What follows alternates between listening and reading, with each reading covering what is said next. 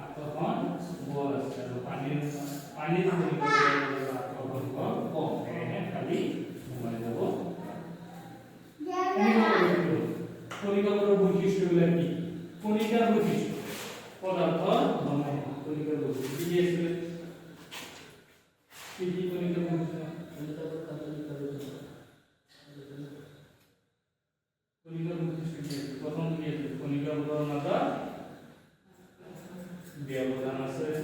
কণিকা প্রধানতা আকর্ষণ আছে কণিকা পুরা অনবরতা এটা লেখা আছে পদার্থ অবস্থা এটা কি হবে